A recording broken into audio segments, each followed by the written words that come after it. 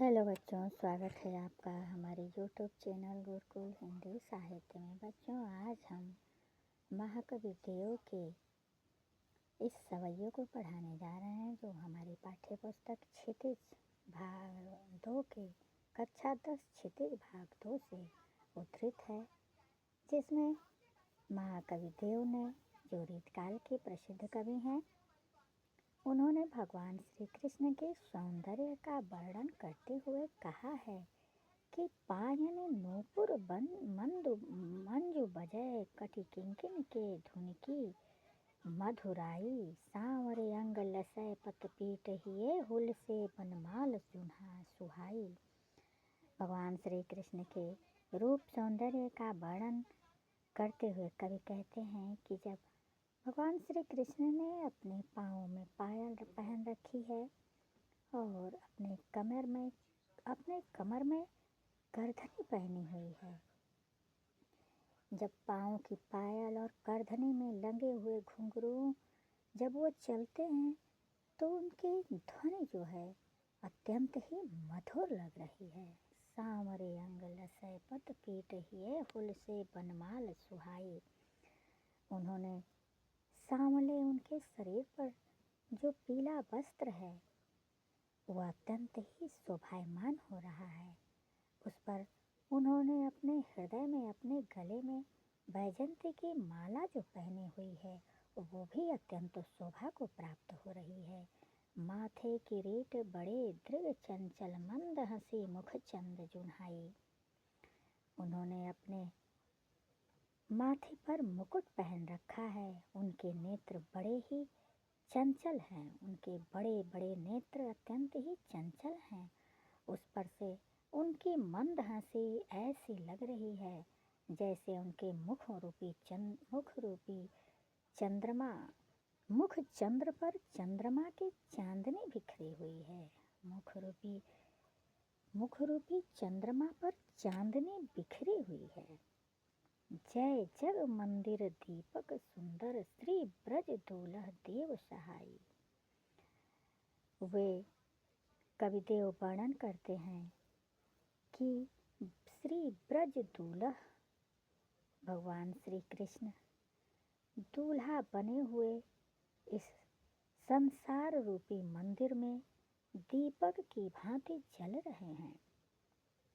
जैसे मंदिर में दीपक जलता है, ठीक उसी प्रकार भगवान श्री कृष्ण संसार रूपी मंदिर में दीपक की भांति शोभा को प्राप्त हो रहे हैं। तो बच्चों, आज मैं अपनी वाणी को यहीं विराम दे रही हूँ।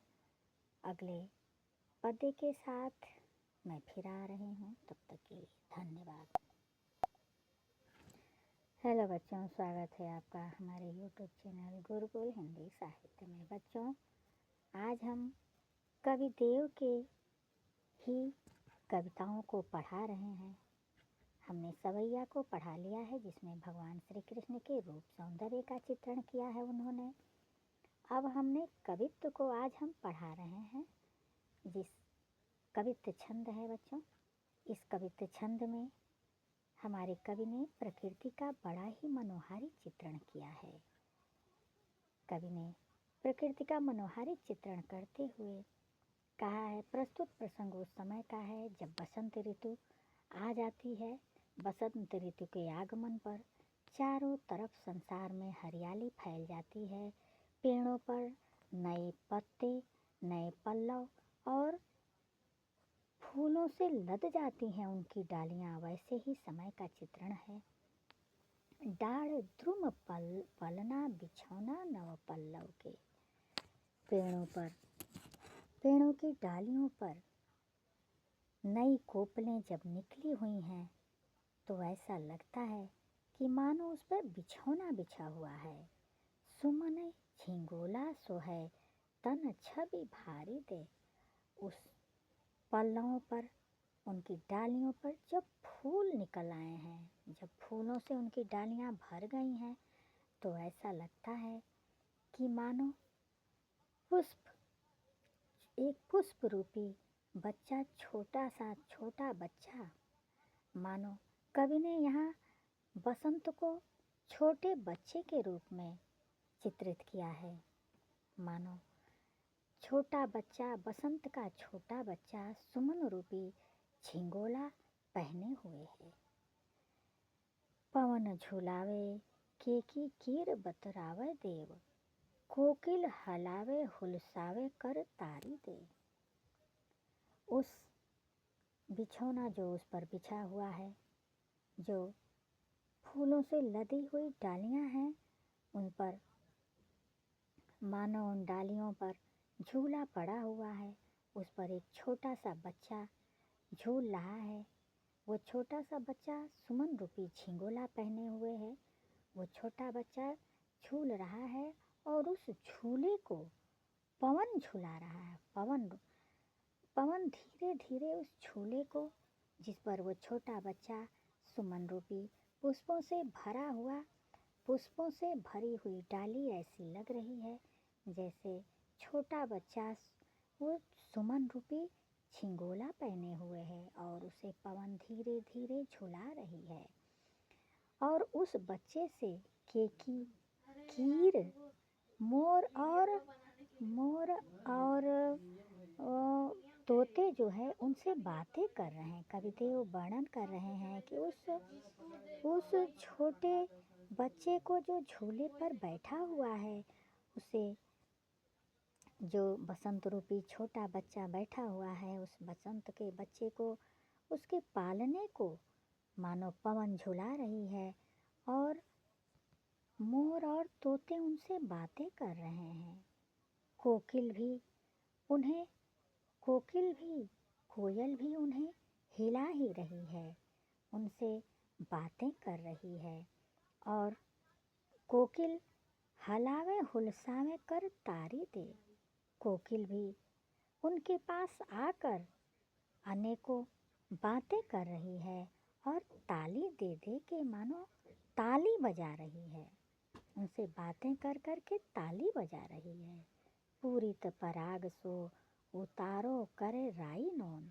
ऐसा लगता है कि ऐसी सुंदरता को, ऐसे सुंदर बालक को जो उस बिछौने पर, जो उस डाली पर पड़े हुए पल्लव रूपी बिछौने पर बैठा हुआ है, उस पर कोई उसकी सुंदरता को कहीं नजर न लग जाए। जैसे माताएं अपने बच्चों की आरती उतारती हैं कि उन्हें नजर न लगे, ऐसे ही उस बच्चे को ये पराग अपने रस से, पराग जो है उन पर राई और नमक से उनकी आरती उतार रहे हैं। कंज कली नायिका लतान सिर सारी दे। मानो साड़ी पहने हुए कमल की कलियां ऐसी लग रही हैं जैसे साड़ी पहने हुए कोई नायिका हो। मदन महीप जो को बालक बसंत ताहि प्रातहि जगावत गुलाब चटकारी दे। ऐसे बसंत रूपी छोटे नन्हे बालक को, जो मदन महीप जो बालक, जो बसंत का बालक है, उसे प्रातःकालीन कलियां जो खिल रही हैं, वह चटकारी देकर, चटक चटक कर जो कलियां खिल रही हैं, वह ऐसा लगता है कि उन्हें चटकारी देकर जगा रही हैं।